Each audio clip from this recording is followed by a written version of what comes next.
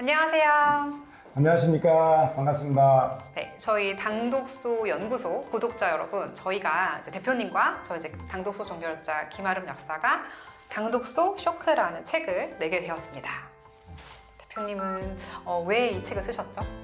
예, 제가 당독소 연구를 한 35년 정도 하면서 당독소가 너무 우리 그 삶의 질을 낮추는데 너무 중요한 역할들을 하고 있어서 이게 정말 많은 사람들이 좀 알았으면 좋겠다. 그리고 저희가 지금 최근에 연구하듯이 알츠하이머 치매나 이런 쪽에서 좀 결정적인 역할을 하다 보니까 이거를 알리지 않으면 정말 큰일 나겠다.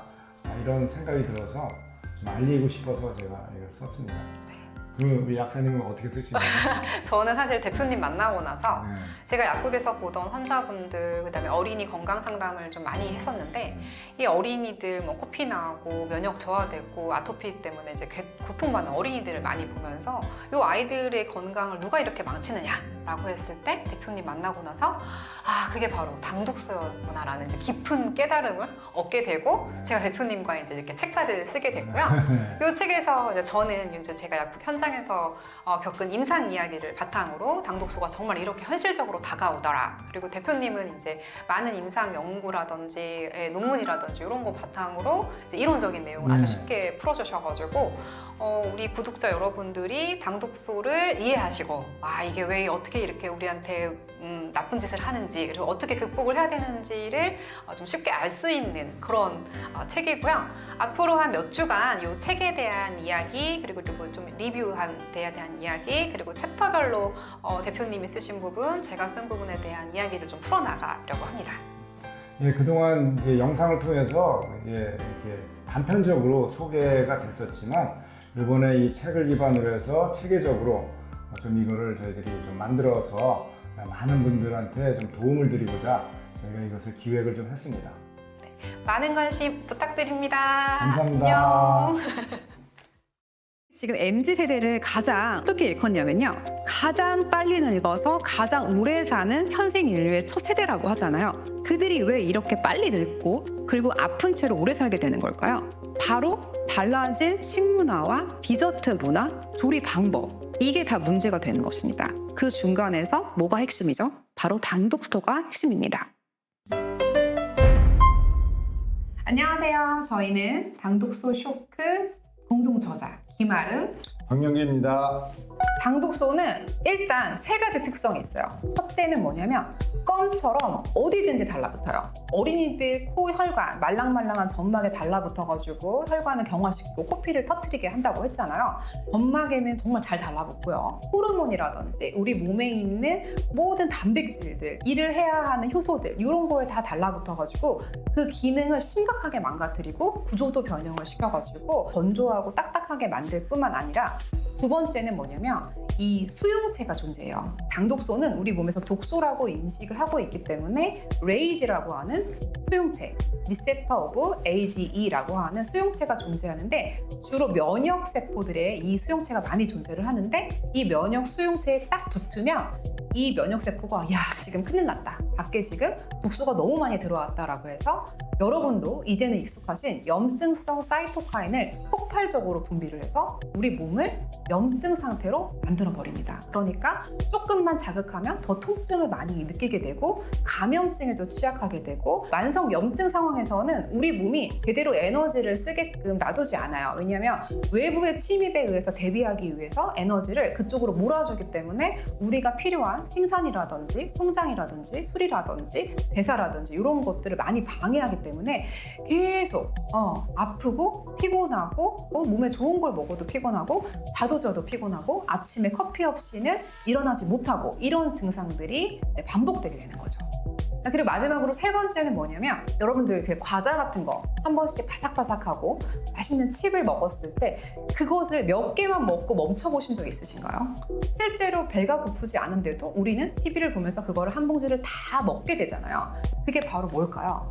그런 칩들, 과자류들, 맛있는 것들, 아까 제가 굽고 튀긴 그 맛있는 맛들의 비밀에 사실 당독소가 있고, 이 당독소는 우리 뇌의 도파민 중추를 굉장히 잘 자극해요. 그래서 도파민 수용체라는 것은 우리를 기분을 좋게 하고, 그리고 중독과 탐닉을 일으키게 하기 때문에 이게 안 먹는 순간 그거 맛이 먹고 싶다. 내가 배가 고프지 않고 사실 내 몸이 필요하지 않은 상태임에도 불구하고 중독을 일으키고 자꾸 갈구하게 만드는 그 기전의 핵심이 바로 당독소예요. 그래서 우리가 아는 맛이라 더 맛있다 이런 말씀 많이 하시죠. 사실 그 아는 맛에는 우리 뇌가 당독소가 자극하는 도파민 중추에 길들여져 있다 이렇게 생각하시면 됩니다. 네, 당독소는 한마디로 얘기하면 당화혈색소다. 그래서 우리 당뇨 환자들이 당뇨병에 걸리면 당화혈색소가 올라가면 여러 가지 합병증들이 생기게 되는데, 그때 우리 몸에 있는 혈당, 포도당하고 우리 몸속에 있는 단백질이 결합해서 생기는 독소가 일종의 당독소로 인식하시면 맞을 것 같습니다. 요리하는 과정에서 보면 고온에서 요리를 할 때 그분들이 이제 하는 멘트가 있어요. 마이알 반응이라고 하는. 커피 같은 것도 보면 오래 볶으면 아주 갈색의 짙은, 그래서 향이 좋고 맛도 좋아지는데, 이제 그 과정에서 당독소가 생기는데, 이게 어떻게 생기는 거냐? 그 음식에 있는 당하고 단백질이나 아미노산이 결합하면서 고온에서 화학 반응을 해가지고 생기는 물질인데, 이게 우리 몸에 들어가서 독소 역할을 하는. 그래서 이것이 우리 몸을 많이 아프게 하고 병들게 하고 중증으로 하게 하는 핵심 원인 물질이다, 이렇게 보시면 좋을 것 같습니다. 이 시대에 가속노화를 얘기를 할 때 당독소로 절대 빼놓고 얘기할 수가 없는 게 뭐냐면요. 여러분들 사실 노화가 됐다 안 됐다를 판단을 할 때 뭘 보죠? 피부의 상태를 보잖아요. 뭐 머리카락이라든지 이렇게 겉으로 드러나는 이 조직의 상태를 보는데, 당독소는 일단 갈색을 띄어요.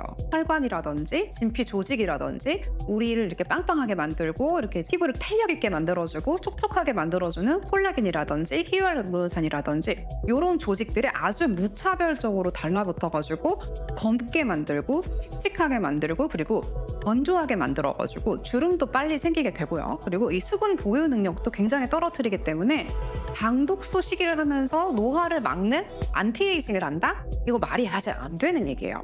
그래서 당독소 시기를 적게 하고 좋은 화장품을 바르더라도 사실은 시기가 먼저 돼야 되지, 이 베리어에 아무리 수분을 준다고 해도 안에가 이미 굳어지고 갈라진 논바닥처럼 수분이 막 다 말라있는 상태, 그리고 칙칙해져 있는 상태, 아무리 레이저를 받고 필러를 맞고 한다고 할지라도 당독소 시기부터 피해 가면서 이런 것들을 해야지 피부 노화, 우리가 겉으로 보이는 안티에이징이 가능한 거고요.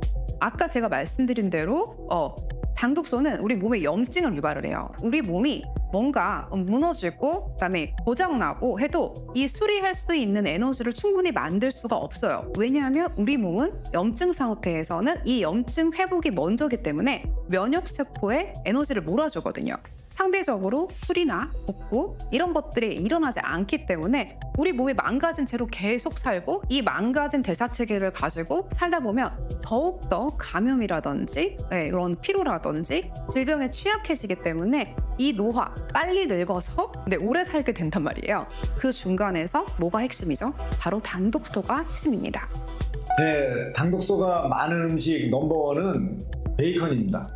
우리가 녹차를 예를 들어서 1로 보게 되면 베이컨의 당독소는 92,000배, 어마어마한 양이 들어있고요. 그 다음에 우리가 알고 있는 뭐 기름류들, 뭐 튀기고 굽고 볶는 것들이 다 이제 기름인데, 기름 속에 사실은 생각보다 당독소가 많습니다. 그래서 우리가 튀김류나 이런 요리 방식 할 때 이런 음식들을 절대적으로 피하라고 말씀드리는 이유가, 기본적으로 많은 데다가 요리하는 과정에서 산패되면서 또 당독소가 만들어지는 이런 악순환을 겪기 때문에 그런 거고요. 의외로 당독소가 많은 음식들이 있습니다. 파마산 치즈 같은 거, 아주 맛있는 그 파마산 치즈에 당독소가 생각보다 많고요. 발사믹 식초, 발사믹 식초는 많은 분들이 이게 건강에 좋은 거라고 인식되고 있는데, 발사믹 식초가 만들어진 그 원리를 보게 되면 아마 깜짝 놀랄 겁니다. 발사믹 식초는 원래 식초의 컬러는 무색에 가깝죠. 무색에 가까운데 발사믹 식초의 컬러는 어떻죠? 짙은 갈색이죠. 왜 이게 짙은 갈색이 나오느냐? 사실은 그 과당하고 이런 걸 넣어가지고 계속 열을 가하면서 만드는 과정에서 당독소가 어마어마하게 많이 만들어진다. 그게 다 어디서 온 거냐? 과당에서 온 거라고 보시면 됩니다. 그래서 의외로 발사믹 식초가 당독소가 엄청나게 많은 음식 중에 대표적인 거라고 보시면 될 거고, 기본적으로는 튀기고 굽고 볶은 우리가 맛있다라고 얘기하는 모든 음식 속에는 기본적으로 당독소가 높다. 뭐 햄버거, 피자, 통닭 이런 다양한 요리들이 당독소가 많기 때문에 사실 우리가 이런 것들을 적절하게 제어를 하는 것들이, 특히 나이가 드신 분들은 더욱더 이런 음식을 빈도수를 줄여야 되는 거는 건강을 위해서 필수적인 거다. 그렇게 말씀드리고요. 분유, 이 갓난아기가 먹을 수밖에 없는 이 모유를 못 먹는 이 갓난아이들 같은 경우에 분유 속에도 의외로 당독소가 많아가지고 갓난아기들의 건강에도 아주 중요한 역할을 할 수 있다. 그러니까 당독소는 그러면 우리 몸에 쌓여 있는 거를 어떻게 없애야 되나요? 자연적으로는 사실은 안 없어집니다. 왜냐하면 한번 여기에 콜라겐이나 단백질에, 특히 이제 일반 우리 몸에 있는 적혈구라든가 알부민이라든가 이런 거 붙어 있는 거는 그 수명이 있거든요. 단백질의 수명이 알부민 같은 경우는 19일에서 20일 정도 되고 적혈구는 120일 정도 되거든요. 그렇게 되면 다시 새로운 게 생기니까 이제 그때는 우리가 당독소를 만약에 깨끗하게 없는 음식을 먹었다 그러면 좋아질 수 있죠. 그런데 콜라겐 같이 20년, 30년 수명이 긴 단백질 같은 경우에는 띄어내는 것이 쉽지 않습니다. 이거를 띄어내는데 가장 좋은 게 단식 모방 식이요법입니다. 그래서 소식을 하거나 단식 모방 식이요법을 하게 되면 우리 몸에서 에너지가 부족할 때 이 당독소를 분해시켜서 에너지원으로 다시 쓸 수 있는 그런 환경이 되지 않는 한은 당독소는 분해되지 않는다. 즉 그 얘기는 뭐냐면 내가 배부른 상태로 계속 살아가는 한은 내 몸속에 있는 축적된 당독소는 없앨 수 없다. 그래서 소식을 하시거나 당독소를 분해하거나 없애는 이런 것들을 식이라든가 건강기능식품에 포함해서 드시는 그런 방법들이 아마 유일한 방법이 되지 않을까, 그렇게 생각을 합니다. 당독소 잘 가. 안녕.